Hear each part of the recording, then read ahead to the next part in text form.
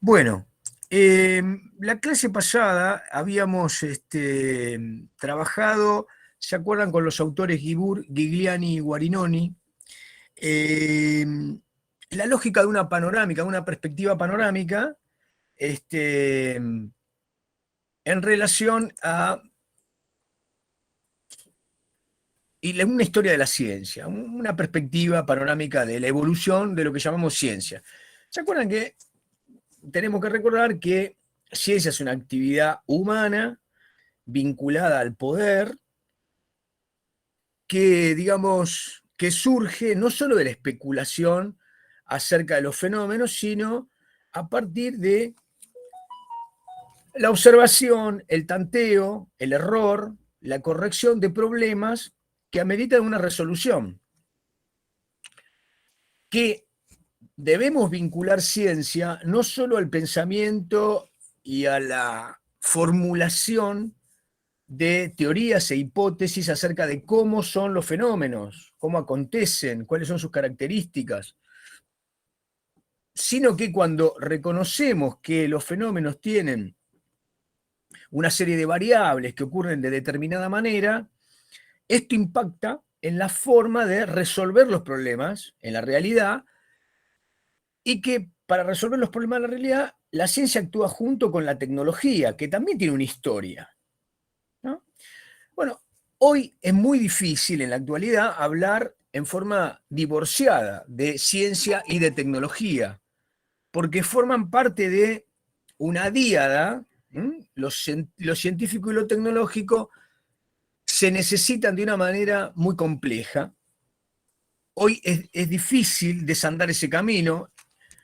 La propia tecnología, al instalar secuencias de producción, de resolución, de transformación de todo lo que nosotros utilizamos, genera nuevos enigmas, nuevas preguntas, y la ciencia pura, digo, la ciencia de laboratorio, vuelve a informar maneras de corregir y de actuar más profundamente para los circuitos tecnológicos, ¿no?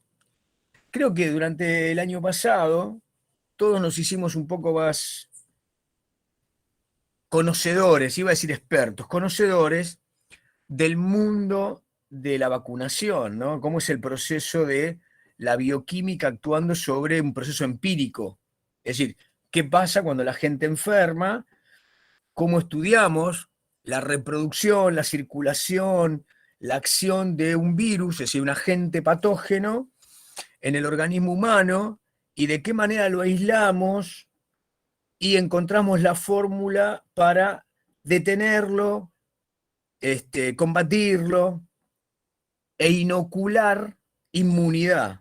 Todos empezamos a incorporar estos términos que son propios de la ciencia pura, es decir, de un señor químico, bioquímico, que estudia los organismos celulares, unicelulares, que actúan en nuestro cuerpo, en el cuerpo humano y en los de los animales, y cómo circulan, y de los que utilizan ese conocimiento, el virus aislado, con una cantidad de características, con un ciclo de reproducción, con condiciones que le permiten reproducirse, circular, etcétera, para combatirlo, que sería la tecnología. Entonces, la tecnología la ubicamos en todos aquellos que en un laboratorio generan las condiciones para producir una vacuna. Ahora les pregunto, en el medio del descubrimiento del virus, el aislamiento del virus, el reconocimiento de su ciclo de vida, de cómo combatirlo, de cuáles serían las fórmulas para evitar su reproducción, digamos, ahí la tecnología aporta mecanismos, instrumentos, artefactos que también permiten que la ciencia pura avance en su observación más minuciosa. Con lo cual, nunca terminaríamos bien de instalarnos en el fondo de la cuestión. ¿Qué quiero decir con esto? Que la propia metodología de la producción de conocimiento de la ciencia pura en un laboratorio necesita tecnología para empezar a observar más profundamente la empiria, es decir, lo que recortamos, en este caso los virus. El virus este que decimos, el virus, no sé, de Amazonas, el virus africano, el virus Delta, etcétera, etcétera. Esperen que me llama la directora. Bueno. Bien, entonces, ¿a qué viene todo esto? A que recordemos esto de lo que habíamos hablado, pero en este caso lo tenemos que ubicar en el periodo que va entre, digamos, 5.000 años antes de Cristo, 6.000 años antes de Cristo, tal vez un poco más, digamos, desde el Neolítico en adelante, hay una cantidad de resolución de problemas que el hombre tiene, que como dijimos la vez pasada, tenían que ver con contar, secuenciar, medir, entonces crear las dimensiones y las magnitudes. Las magnitudes son los parámetros con los cuales vamos a medir la realidad, ¿no? Pesos, medidas, volúmenes, densidad, caudal, peso específico. Pero antes tenemos que tener notaciones. 1, 2, 3, primero, segundo, tercero, cuarto. Y finalmente tenemos que tener un sistema para calcular, ¿no? Es decir, 4 distribuyo 2, etcétera. Bueno, estoy diciendo cosas que ustedes saben, pero haciendo este recorrido, la resolución de los problemas de las primeras aldeas históricas, de las primeras jefaturas y de las primeras grandes civilizaciones pasó por una secuencia que fue desde un registro más o menos esotérico, más o menos ritual, hacer una inscripción en una caverna, 30.000 años antes de Cristo, esa secuencia terminó en un signo, que en algún lugar de Mesopotamia, ese signo era una sílaba. Y después eso terminó en otra escritura paralelamente en Egipto, donde un signo podía representar ideas complejas. Esa escritura, ¿no?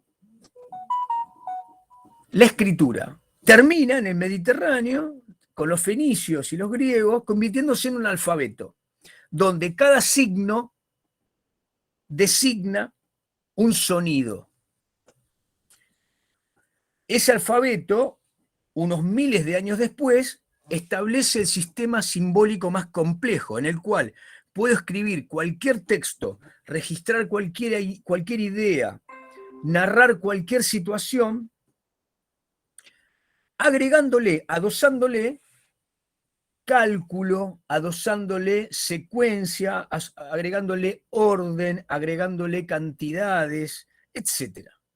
O sea, no solo contabilidad, sino registro, narración, documentación, literatura. Bien, todo esto es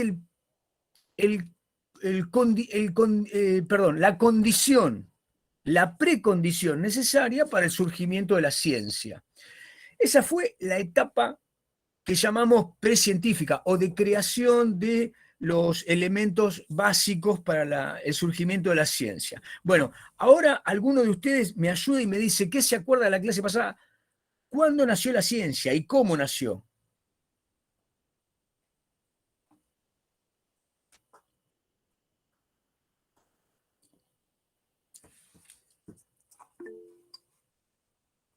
Carla Jalid.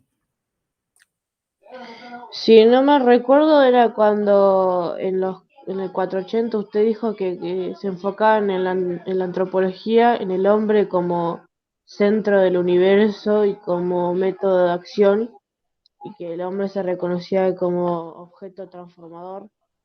Bien, pero hoy te fuiste al 480, que es el 1400, 1300 en realidad, ¿no?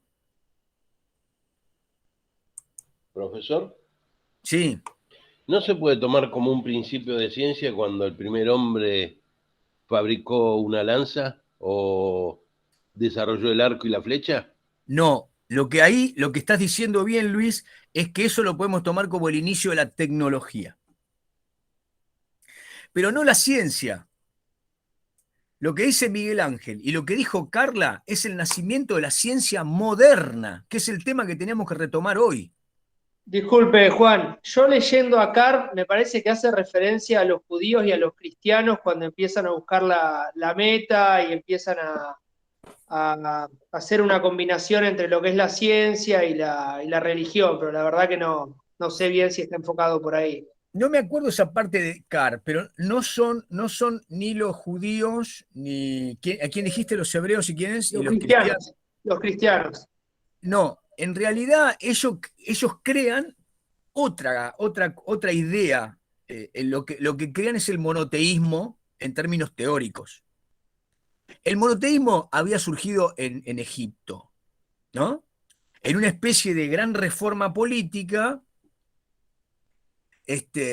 Akenatón decide terminar con el politeísmo porque el politeísmo le daba mucho poder a muchos sacerdotes de distintas unidades básicas, digamos, ¿no? Egipcia, ¿entienden? Muchos sacerdocios tenían mucho poder porque lo que hacían era, claro, como dice acá Miguel Ángel, surge el culto a Atón, que era una especie de dios sol que terminaba de concentrar. Bueno, ese surgimiento del monoteísmo nace teóricamente a partir de una narración en el Antiguo Testamento, después con el Nuevo Testamento, donde se hace un relato, ¿no? Una epifanía, una cosmogonía, es decir, en términos de una voluntad omnímoda que es un solo Dios que tiene un plan creador, en donde entra el hombre, pero el hombre no entra por sí solo, sino que entra a través de un pueblo, el pueblo judío, ¿no? Y los cristianos serían en todo caso una reinterpretación judía que están viendo en todo caso quién era el Mesías, quién era el hijo del creador que estaba enviando a redimir los pecados. Punto aparte. Ahí contestaron por el chat, muy bien. Dijimos que la ciencia, a ver quién me contestó, Nico Calvaña, la ciencia nació con los griegos. Los griegos, ¿sí? A partir del siglo VI, antes de Cristo, séptimo, sexto, separan la religión, que es la creencia, de la razón. Y la razón la separan en dos. Una razón que sería cíclica, que son sistemas de pensamiento, que es la filosofía. En realidad la filosofía no necesita pruebas, ¿sí? Es un sistema, si ustedes quieren, de pensamiento abierto. Pero de la filosofía surgen preguntas sobre el mundo y, como dijo Platón, creencia, alguien que dice creer en que algo es de una manera, búsqueda de la verdad más prueba, da ciencia. La ciencia es una hija de la filosofía. Y un buen criterio para pensar en la ciencia como hija de la filosofía o como filiada a la filosofía es que en algún momento la ciencia, después de un trabajo de descubrimiento, de develación, de revelación de lo que persigue en su investigación, termina haciéndose preguntas filosóficas. Bueno, entonces, pero habíamos dicho que esa ciencia griega tenía una característica: adolecía de algo. No tenía, ¿se acuerdan? No tenía experimentación. Los sistemas griegos eran axiomáticos, eran teoréticos, se cerraban sobre sí mismos. ¿Se acuerdan que di el ejemplo de Demócrito? Demócrito decía: toda la materia circula de una manera tal que puede ser gas, puede ser fluido o puede ser sólido. Pero todo es materia y se va degenerando, pero no se pierde, conforma una nueva estructura. Yo puedo ver en un proceso hielo que se disuelve, se convierte en fluido y que con el aumento de temperatura se convierte en vapor de agua. Entonces, Demócrito dice sin hacer ninguna prueba empírica, dice, la materia debe estar compuesta por unidades mínimas que no se puedan dividir. Porque si toda la unidad se divide, terminaríamos al infinito. Entonces, hay una unidad que no se puede dividir. Y a esa unidad, ¿cómo la llamó? Átomo sin división. A es sin división, tomo. Entonces, uno dice, ¿cómo es que Demócrito descubrió el átomo? No, Demócrito tuvo un sistema de pensamiento que se llama axioma. La lógica de Demócrito era que no era posible que la materia se dividiera infinitamente, y él veía que la materia se descomponía en estados y se reestructuraba. Entonces creó un concepto, el átomo. Muchos siglos después, descubrimos que el átomo es una realidad, existe el átomo. Entonces, fíjense, si yo puedo comprobar empíricamente a través de una prueba, ¿a qué le estoy llamando prueba ahora? Algo que funja, que sea fehacientemente comprobable por los sentidos. Yo mido, observo, registro los fenómenos. A ese campo ahora lo llamamos experimental, campo experimental, ¿no? Y experiencia en griego viene de empireia, empireia. De ahí viene empírico. La ciencia hoy tiene hipótesis teóricas. ¿A qué le llamamos teoría? El conjunto de conceptos que fundamentan y explican un fenómeno antes de ser comprobado. Esa es una teoría o una hipótesis. Cuando la comprobamos, ¿qué quiere decir que la comprobamos? Que la contrastamos con la realidad. Para contrastarla con la realidad, ¿qué tenemos que hacer? Medir, observar, registrar, contrastar, contrastar. Lo que digo, teóricamente, las ideas contra la realidad.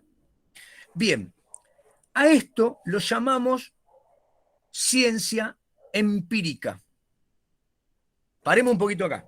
Los griegos entonces fueron los creadores de la ciencia, inventaron la ciencia porque separaron la creencia que no tiene prueba, ni tiene teoría. La ciencia es, en todo, la ciencia, disculpe, la creencia es en todo caso un sistema de ideas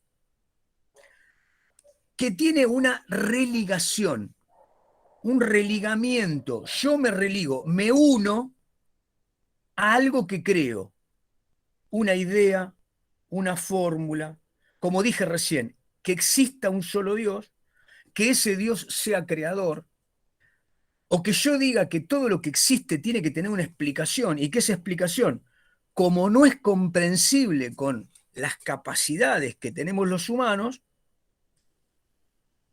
no es concebible.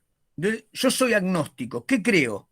Creo en algo. Creo que existe algo que es tan fenomenalmente incomprensible por lo complejo que los hombres no pueden descifrarlo. Eso es un agnóstico. La creencia no tiene fuente como sistema axiomático, ni tiene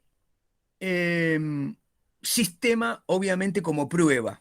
Entonces, la religión, los griegos la separaron de la búsqueda de la verdad. Y esa búsqueda de la verdad se dividía en una búsqueda de la verdad como amor a la sabiduría, un recorrido de búsqueda racional, el logos racional. ¿Qué quiere decir racional? Que tiene un sistema lógico de la ciencia, que lo que pedía era que una vez recortada una pregunta, por ejemplo, una pregunta recortada, ¿cuál sería? ¿Qué es la vida?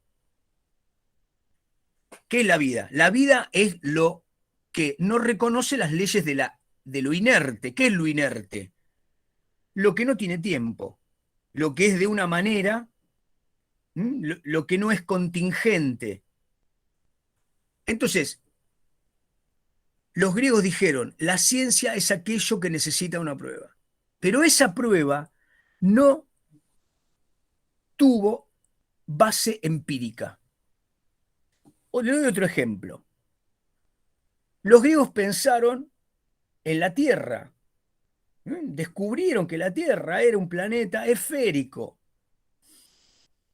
Pero como no lo recorrieron ni tuvieron ningún sistema empírico para medir la circunferencia de la Tierra, elaboraron una idea que es axiomática. Los círculos son la figura perfecta, dijeron los griegos. Por lo tanto, la Tierra tiene que ser esférica.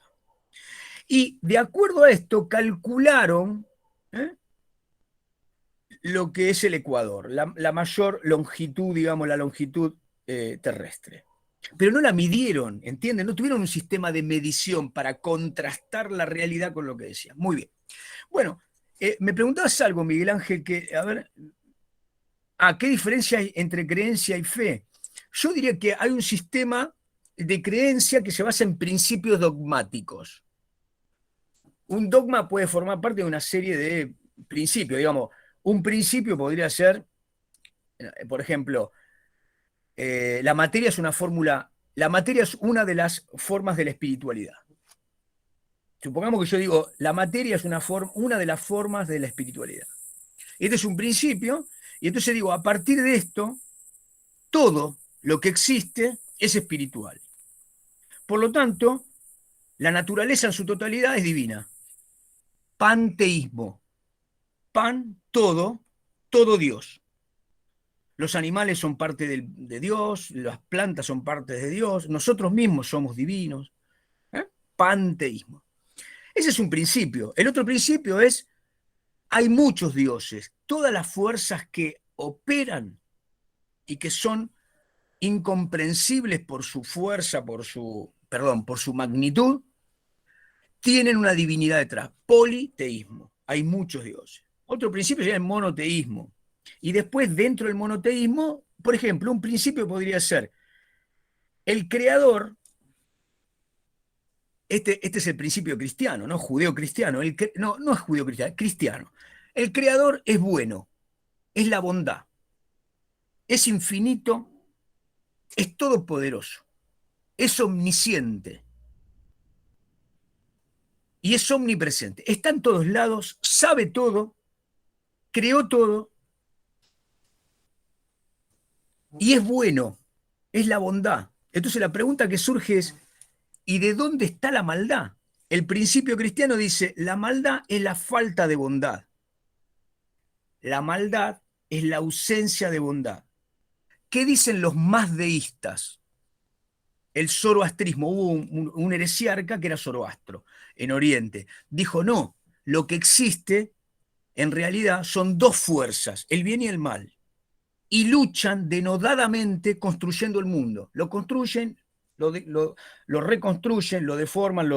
En esa lucha de bien y mal existe la realidad, bien y mal. ¿Se dan cuenta? Estos son principios. ¿Lo puedo probar esto? No, son creencias. ¿Qué sería la fe? La fe sería un sistema de mandatos para adherir a esa creencia. Si yo digo que el cristianismo es un monoteísmo y tiene determinadas reglas para orar, para rendirle culto a ese Dios, todas esas reglas componen una fidelidad. Soy fiel a esto, ¿no? En general, podríamos decir que esa podría ser una diferencia, ¿no? Pero no soy un versado en teología. Así que me parece que por ahí anda una diferencia, pero no sé si. No, el dogma. A ver, dogma y fidelidad van de la mano. Por eso yo te digo, para mí la fe es un religamiento, es la cercanía a esa creencia, ¿no? Y tiene una serie de, por ejemplo, si vos querés, los mandamientos son parte del dogma, pero el respeto o no a esos mandamientos, a esos mandatos, sería parte de lo que vos llamás fidelidad. Vos hablas de fe, ¿no? Bueno, retomemos en dónde estábamos. La clase pasada, y con esto termino el repaso, dijimos que los romanos extendieron, expandieron el poder de la ciencia y la aplicación de la ciencia a distintos ámbitos de la realidad creada por los griegos. Los romanos copiaron casi todo, ¿no? Desde la religión, pero sobre todo lo que nos interesa a nosotros, tomaron todos los ramos de la ciencia y del pensamiento griego. Y lo expandieron, fueron formidablemente eficaces en la construcción de una civilización, ¿no? Civilización, el concepto es civitas, ¿no? O sea, una organización que tiene sistemas autorregulados, económicos, pero sobre todo una red simbólica que justifica esa complejidad, ¿no? Bien, ahora, el Imperio Romano, ese espacio clásico de ciencia grecorromana, termina por la invasión de pueblos que en su mayoría eran ágrafos.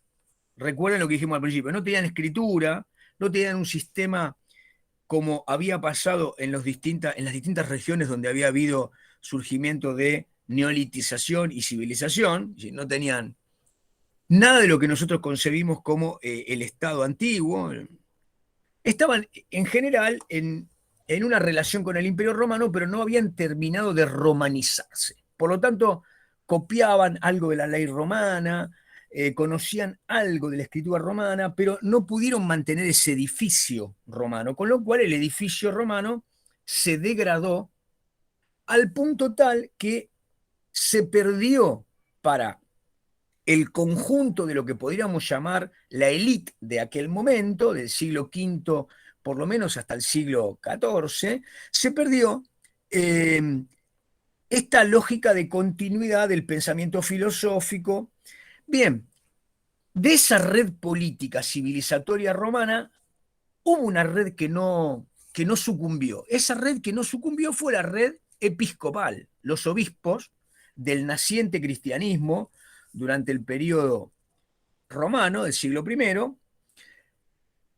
resistió la avanzada de los pueblos germanos, de los pueblos asiánicos, y en las dependencias de la red cristiana se dieron los reservorios de la cultura occidental, es decir, los textos, las ideas, la filosofía en general, en fin.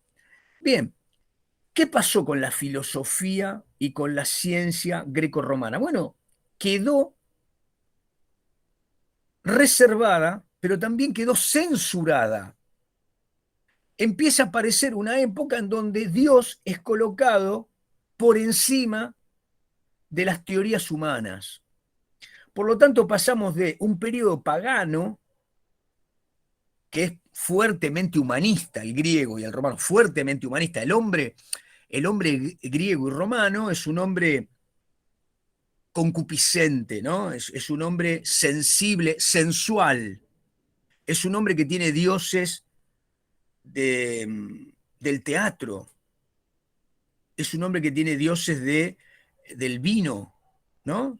Del amor. Es decir, lo que podríamos llamar pecado cristiano estaba en primer orden para los griegos y los romanos. Es decir, lo que llamamos placeres mundanos, los griegos y los romanos lo elevaban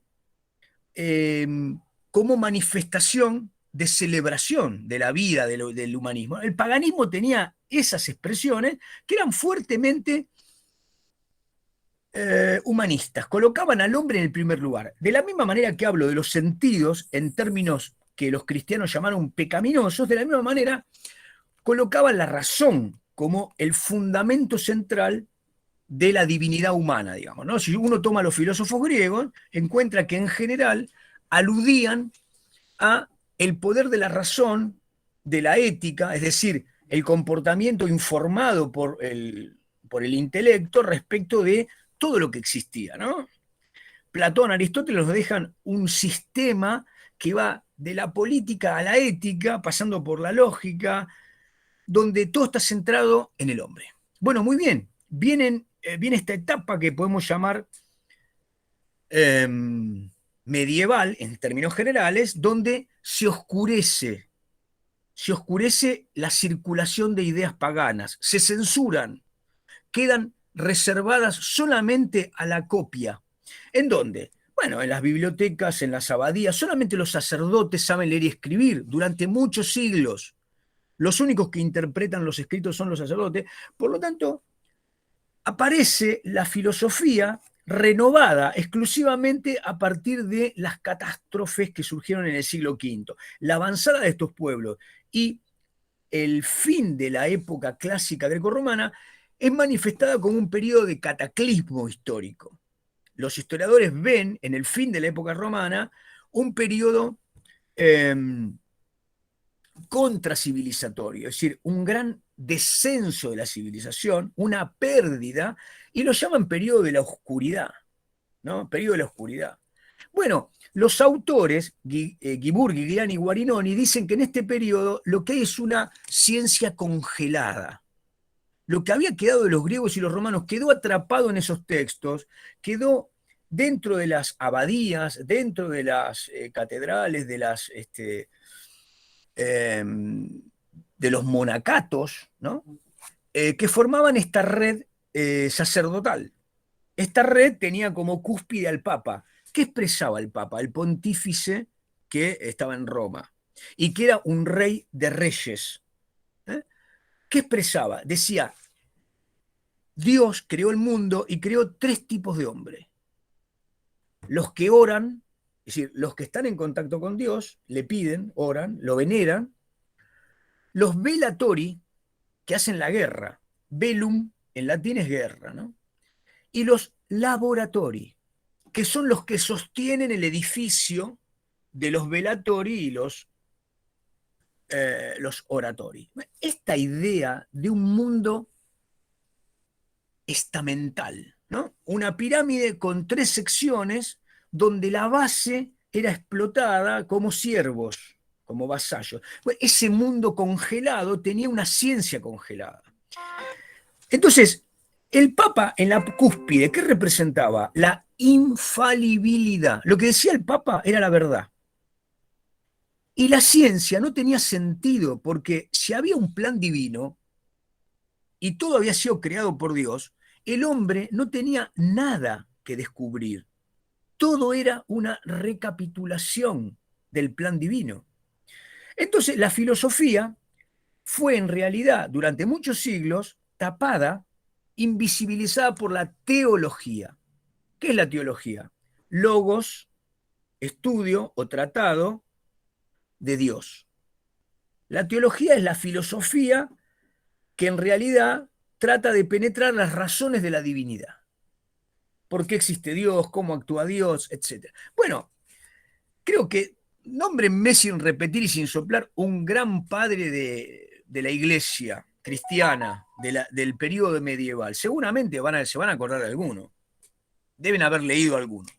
Lutero, ¿puede ser, profe? Santo Tomás de Aquino y San Agustín. Bien. Lutero fue el reformador. En realidad se peleó con Roma, pero fue mucho después. Es verdad. En el siglo XVI. 1516, 1517. Lo que dijeron los compañeros Luis y Miguel Ángel. San Agustín de Hipona, el africano, y Santo Tomás de Aquino son los máximos, ¿no? Pero después hay una gran cantidad de otros pensadores, no los voy a agotar, pero una gran cantidad de filósofos que en realidad lo que hicieron fue trabajar las ideas de lo que llamaríamos la teología, la divinidad. Bien, recordemos Santo Tomás, ¿no? Porque es uno de los puntos de clivaje. Yo ya se los nombré la vez pasada. Muy bien, este periodo dijimos que es un periodo teocrático, teocéntrico. Gobierna Dios y Dios está en el centro. El hombre solamente es un instrumento divino. Bien, escuchen, a partir del siglo XIV, en realidad a partir del siglo XIII, vamos a ir un poquito antes, voy a tratar de apurar para terminar con. A partir del siglo XIII, en algunas universidades se modificó, sobre todo las del norte de Italia, donde surgieron las primeras ciudades libres. Las ciudades libres que peleaban contra el emperador fueron ciudades que dieron lugar a lo que llamamos ciudadanos. Los que vivían dentro de la ciudad eran libres del Señor, no le podía cobrar impuestos, etcétera, etcétera, ¿no? El que vivía en la ciudad, entonces, trató de recrear las ideas grecorromanas, es decir, fundar una república. Re viene de res, cosa pública de todos. La república era aquello que habían creado los romanos, que era como una especie de administración de lo de todos, administrar lo de todos. Ese es el concepto. Así que nacieron las repúblicas, ahí Bolonia, Módena, Parma, Florencia.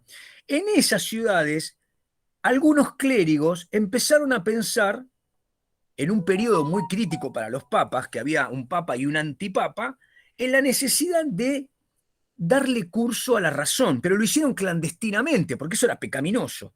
En las universidades que nacieron dentro de las catedrales o de las abadías, las primeras universidades se fundan como una reformulación de lo que se llamaban estudios superiores, que los manejaba la iglesia. Estaba el trivium y el quadrivium, que eran dos fórmulas para estudiar teología, filosofía, retórica, y después se estudiaba danza, canto. Las ciencias naturales formaban parte de toda una unidad. No existían, como los conocemos hoy, las disciplinas fundamentales. La fundamental, la de todas, era la teología.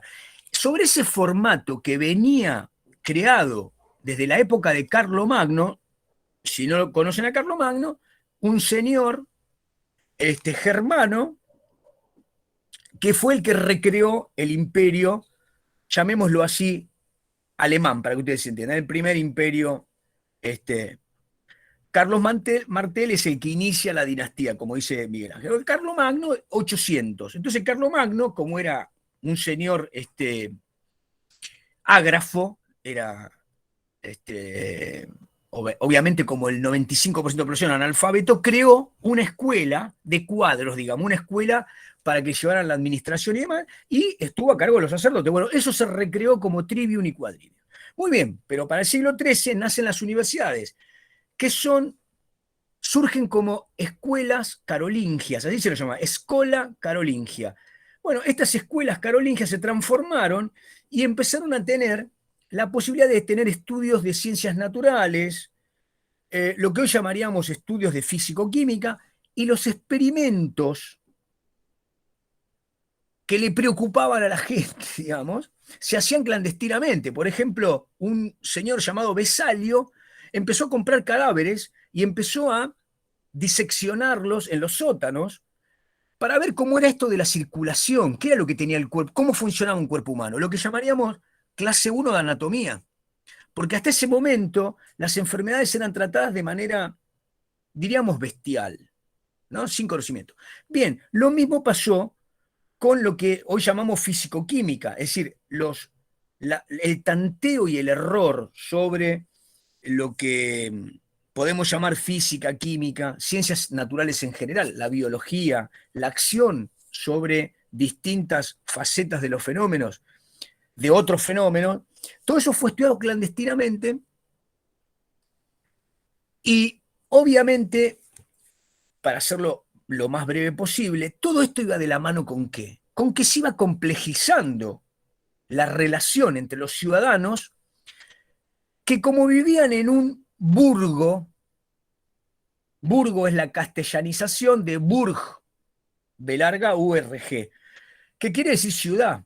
Entonces, los burgos o las ciudades tenían gente preocupada no por tener tierras, sino por tener bienes muebles que se pudieran mover. Están preocupados por el comercio, están preocupados por acumular el resultado del comercio, que es lo que llamaríamos hoy moneda, dinero. Burgués, comerciante; burgués, artesano; burgués, cambia monedas o cambia dinero, banquero. Estos servicios que nacieron dentro de las ciudades necesitaban investigar cómo funciona el mundo. Necesitaban modificar todo. Necesitaban modificar todas las costumbres para producir más. Necesitaban terminar con esto de que la renta, es decir, cobrarle a alguien al que le presté un dinero era pecado. Tenían que modificar esto para poder crear nueva riqueza. Un señor tenía 2 barcos, quería ir a buscar digamos, a la zona de los pueblos árabes, o quería llegar hasta Constantinopla para negociar lo que fuera, esclavos, oro, marfil. Tenía 2 buques, y si recogía dinero de otros acumulado, podía contratar un tercer buque y después pagar dividendos. Lo que nosotros conocemos como interés es darle un precio al tiempo por el cual alguien me prestó algo que yo no tengo. Sean bienes, sea moneda, etc. Bien, todo esto ocurrió en el siglo XIII y en el siglo XIV. Entonces, estas son las razones básicas por las cuales los hombres empiezan a romper con los que mandan, con los que están mandando dentro de ese esquema teocéntrico. Entonces, digo, ahí comienza, en el siglo XIII, la larga ruptura de la burguesía, la larga ruptura de los comerciantes, la larga ruptura de los artesanos, que llamaríamos industriales, los banqueros, con los intereses del papado. El papado quería retener todo en función de los ejércitos que saqueaban. Quería tener el poder. En realidad, el papado concentraba el comercio de Oriente, ¿entienden? Todo el comercio Oriente surgió a partir de las cruzadas, y las cruzadas, recuerden, las primeras, antes del 1200, la organiza el Papa. Así que ahí está la base de los intereses por los cuales estos señores burgueses empiezan a animar sus actividades. Ahora, esas actividades necesitaban investigación. El que tenía telas necesitaba experimentar con química, con textiles. El que necesitaba mejorar la navegación. El que necesitaba impermeabilizar los buques, nuevas sustancias. Bueno, todo esto hizo que nacieran lo que hoy llamamos astronomía, o que se recreara la astronomía para poder hacer que la navegación fuera más eficaz, construir sistemas de guía, registro de las rutas de navegación, mejorar los sistemas de producción, generando nuevos instrumentos tecnológicos. De ahí hasta el descubrimiento de la máquina de vapor hay un largo recorrido para sacar agua de las minas, para extraer más cantidad, para hacer más veloces los carros, para mejorar los sistemas de producción, para mejorar y hacer que los metales tuvieran aleaciones más eficaces para la tarea que fuese. Bueno, todo esto termina en un periodo que llamamos Renacimiento, en términos de la expresión burguesa. El burgués que pinta hombres, pinta retratos, termina de pintar las iglesias, termina de pintar a los papas. O sea, se desacraliza el arte, ¿no? Boccaccio, Buonarroti, ¿no?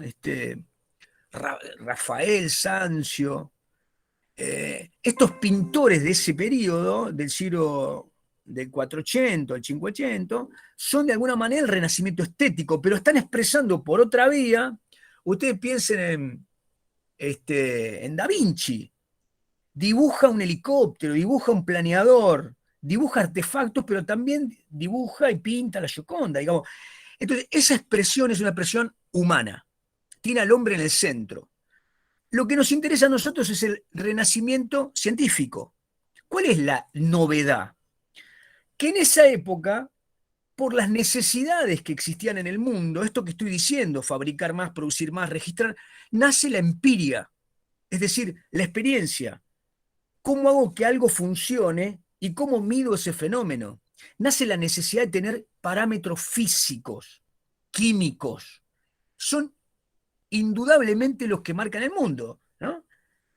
Ese mundo, reconocer nuevas especies, la biología, los naturalistas, bueno, todo ese escenario hace que, por un lado, la ciencia genere nuevas fragmentaciones,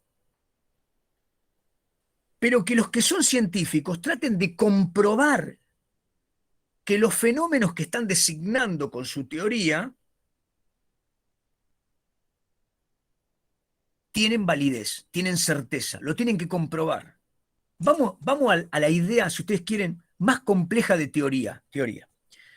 Los hombres salen de Europa, empiezan a circular por los continentes, descubren América, mejor dicho, no descubren nada, llegan a América, pero antes habían recorrido todo el continente africano, llegan a Calicut, ¿no? A Calcuta hoy, van a las islas, a Indonesia, Malasia, ¿no? Llegan al Catay, ¿no? A la China. Bien, ¿qué reconocen ahí?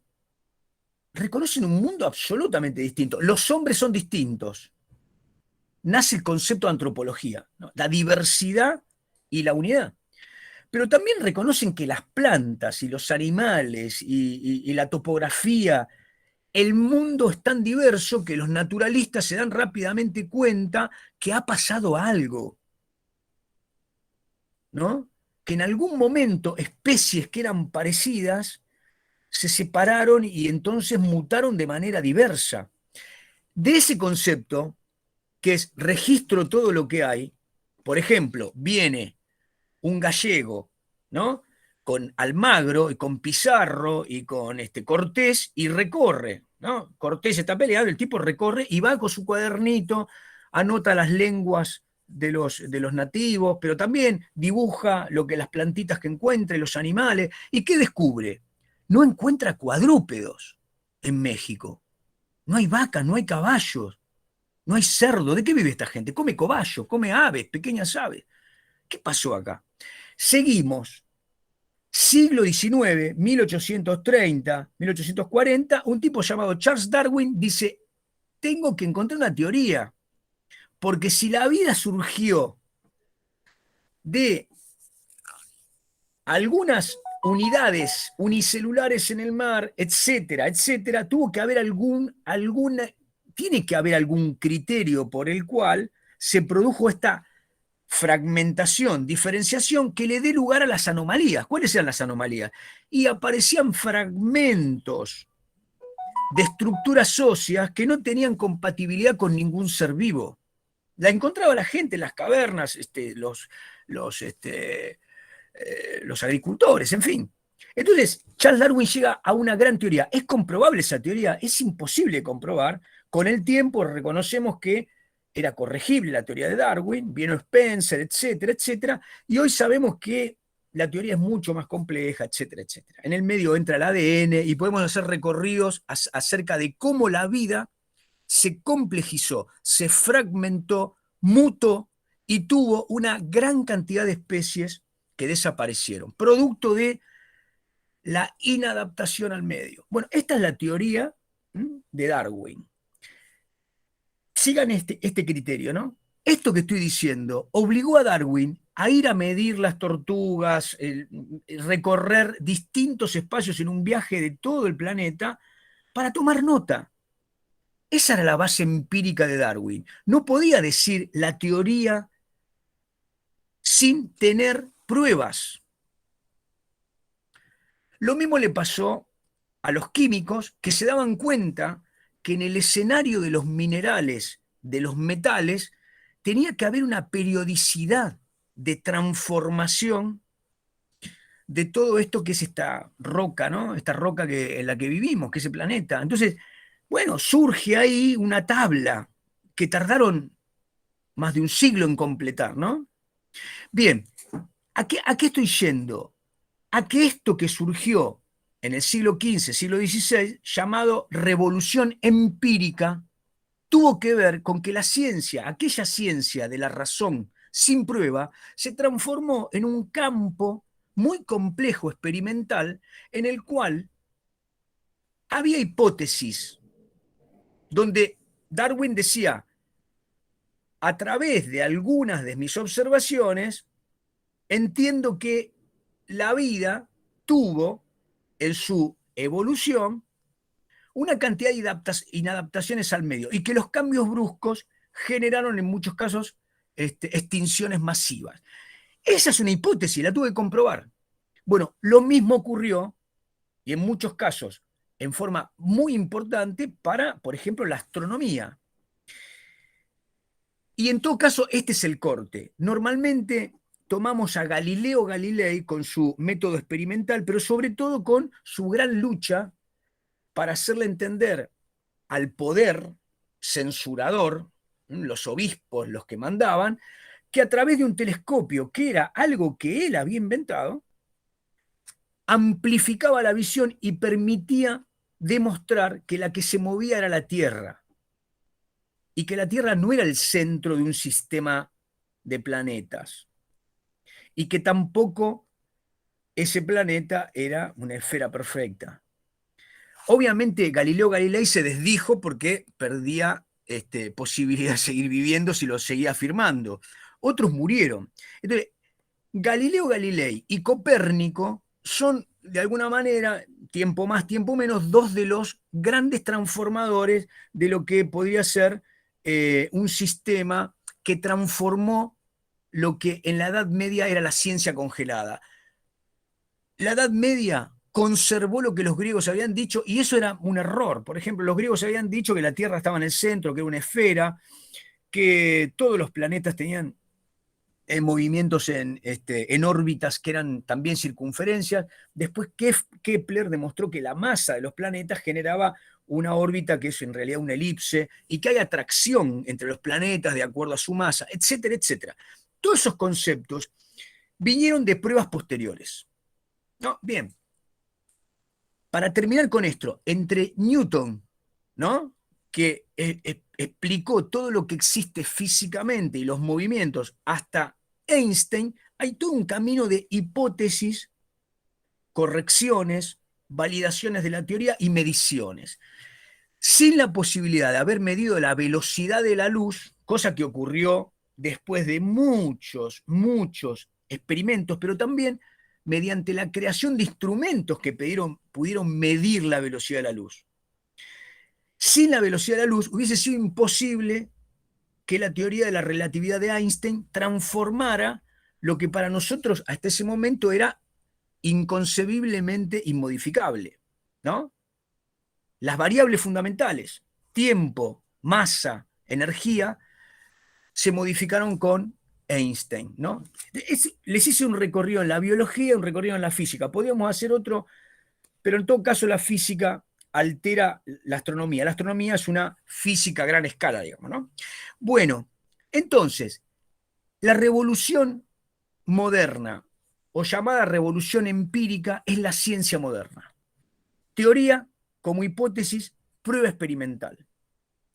Bien, para completar este cuadro, y no quiero agotarlos, 2 o 3 minutos lo completamos, los autores dicen que esta revolución empírica, que comienza con Copérnico, con Galileo, ¿no?, continúa con algunos de los que mencioné, completa un recorrido que transforma el mundo muy velozmente, ¿no? Lo transforma en lo que pusimos en el esquema, ¿no? Vivimos durante el siglo XX una era científica, científico-técnica, o de la ciencia y la tecnología, al punto tal que podemos decir que el siglo XX pudo haber terminado con la aplicación de la energía nuclear, ¿no?, con el lanzamiento de Hiroshima y Nagasaki, pero algún otro puede decir que el siglo XX terminó con el ciclo de los hombres en la Luna, en el 69.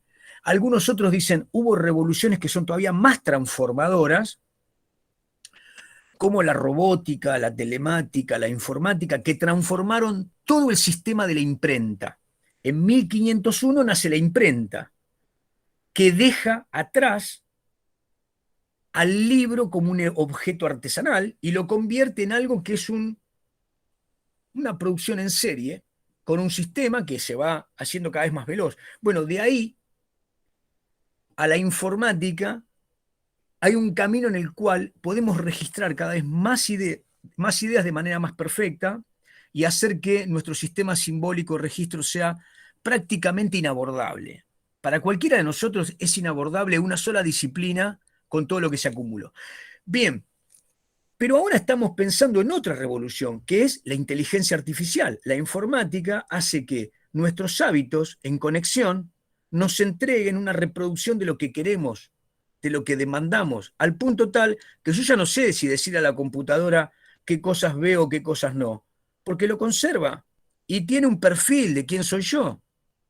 Epa, ¿cuánto va a tardar hasta que la computadora intervenga ella en mi vida por otros caminos? Si yo le pongo el pulgar a mi celular y conecto el celular con la computadora, o le pongo mi cara al celular y el celular me abre y si no soy yo no lo abre. Esos datos biométricos, digamos, dentro de los algoritmos informáticos, hacen que podamos empezar a pensar en la ciencia intrusando, la ciencia entrometiéndose en algo que considerábamos que no era posible, como la vida. ¿No? Entonces empezamos con la cuestión de hasta qué punto la vida, la muerte, de qué manera nacemos, cómo somos, la idea de una novela de terror o de ciencia ficción donde me ponen un chip y me transforman.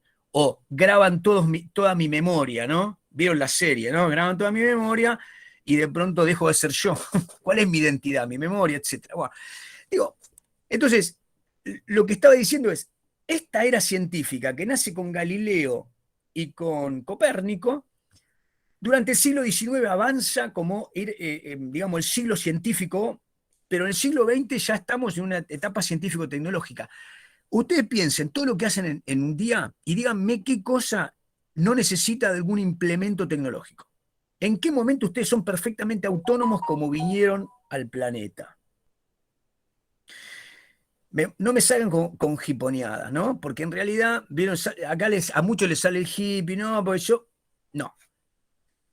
Entonces, digo, cuando uno analiza eso, se da cuenta que esto es indetenible y que es producto de la ciencia, pero no solo de la ciencia y la tecnología, pero que es inseparable del poder. Y que ese poder necesita de nosotros para realimentar el nacimiento de nuevos artículos que necesiten comprarse y que necesiten tener una obsolescencia programada, es decir, que se terminen en algún momento para actualizarse. Bueno, con todo esto, ¿dónde llego? Primera idea. La ciencia no es una actividad certera. Lo que yo les he venido diciendo es que a lo largo de lo que llamamos actividad científica, el hombre lo único que hizo fue prolongar e ir corrigiendo errores. ¿No? Corrigió errores. ¿Qué seguridad tenemos que el mundo que estamos de alguna manera representando con la ciencia hoy sea finalmente la forma del mundo tal como el mundo es? Seguramente muchas de las cosas que estudiamos como científicas, que tienen un grado de verosimilitud y probanza en la actualidad, están siendo probadas con instrumentos que no alcanzan el nivel de exactitud que ese fenómeno necesita. Les doy un ejemplo. ¿Había alguien que podía mirar adentro de la célula el ADN? No. El ADN se descubrió cuando en los laboratorios hubo una tecnología para la observación mucho más sofisticada. Entonces, acá quiero entrar en otro tema, ¿no? Por acá dejamos la historia de la ciencia. Ahora, quiero entrar en este tema. Un historiador de la ciencia, Thomas Kuhn, escribió un libro que se llama La estructura de las revoluciones científicas. Y lo que dijo Thomas Kuhn es que la ciencia va cambiando. Es decir, lo que consideramos ciencia durante un periodo, después cambia.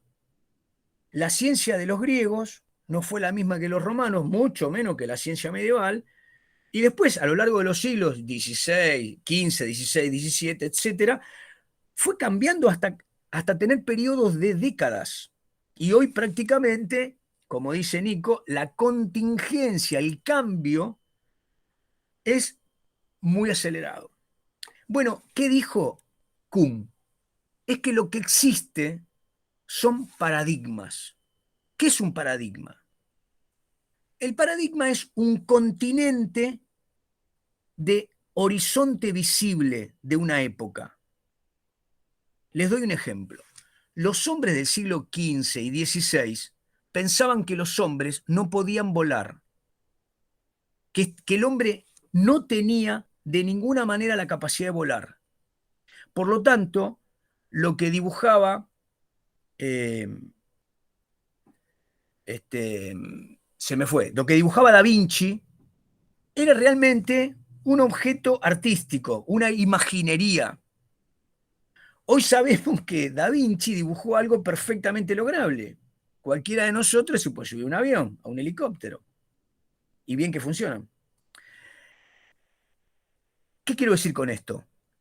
El paradigma estaría formado por la red de principios, de condicionamientos filosóficos, de principios y creencias que una época tiene y que le permiten pensar que algo es posible e investigar sobre eso posible. Es decir, lo que no creemos posible no lo indagamos, no lo medimos, no lo buscamos.